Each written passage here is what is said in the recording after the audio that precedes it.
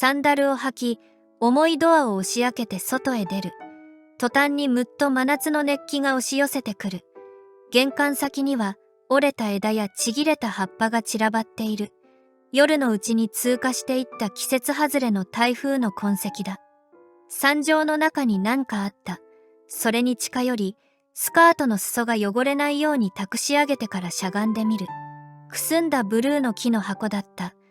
アカシアの木の高いところに取り付けてあったはずの鳥の巣箱だ。大風に耐えきれずに落ちてしまったらしい。地面にぶつかった衝撃で屋根が壊れてずれている。その巣箱はお父さんが取り付けてくれたものだ。何色がいいかと聞かれ、好きだったブルーを選んだ。ハケで塗ったのも私だ。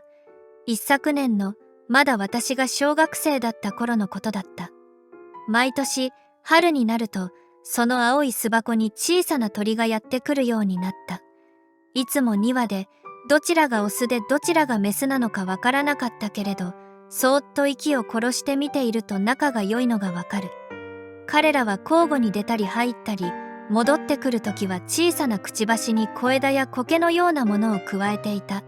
巣作りをしているのだとお父さんが教えてくれた。1ヶ月ほどすると小枝や苔の代わりに小さな虫をくわえて戻ってくるようになった。ヒナの餌だ。巣箱の中で卵が帰ったのだ。見えないところでそんなことが起きているだなんてなんだか不思議だった。つがいの出入りが頻繁になり、巣箱の丸い穴から飛び出していったかと思うとすぐに戻ってくる。やがて小さな鳴き声が聞こえるようになった。耳を澄まさないと聞こえないほどのかすかな声だ。巣箱の中でヒナたちが鳴いている。お父さんには聞こえないらしい。かすかだった声が次第に大きくなっていく。ヒナが育っているのだ。だから声まで大きくなっている。季節は春から初夏に移っていた。そしてある日、ヒナの声がぱったり聞こえなくなった。世話をしていた親鳥たちの姿も見えない。あれほど賑やかだったのに、巣箱の周辺はしんとしている。巣立ったんだよとお父さんが言った。朝早くに巣箱から出て巣立っていったという。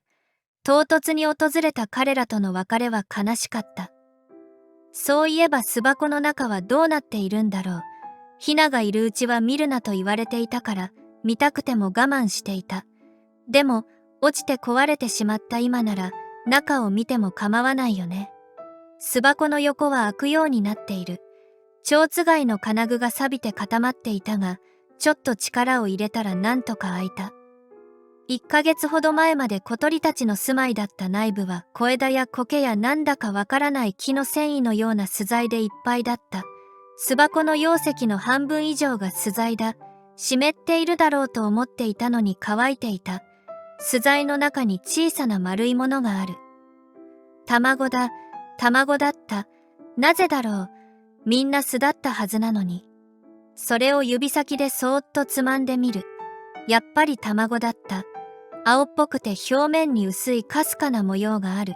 そういえば、ヒナが生まれた後の卵の殻は、でもどこにもなかった。この卵だけがなぜか取り残されている。きっと生まれなかった卵なんだね。帰らなかった卵。かわいそうな。その卵を手のひらに乗せてみる。軽い。でも空っぽじゃない。小さな子の中に命が入っているんだ。落とさないように、割ってしまわないように注意しながら、卵を自分の部屋へ持っていく。勉強机の上にハンカチを広げて、その真ん中にそーっと卵を置いた。その夜、夢を見た。私はふかふかして柔らかななんかの上に乗っている。すぐそばに大きな温かいものがいる。ふわふわの羽が生えた大きなもの。それがみじろぎして私を覗き込んだ。鳥だった。大きな黒い目で私を見つめている。やがて、その鳥はくちばしで私を引き寄せた。コロッと転がり、私はそのお腹の下へ、暖かい、柔らかで暖かくて眠くなる。その夢を見たのはその夜の1回だけだ。卵は、しばらくの間は私の机の上にあったのに、気づいたらなくなっていた。探したけれど、とうとう見つからなかった。どこへ行ってしまったのかわからない。私が見た不思議な夢は、生まれなかった青い卵が見た夢だったと今でも思っている。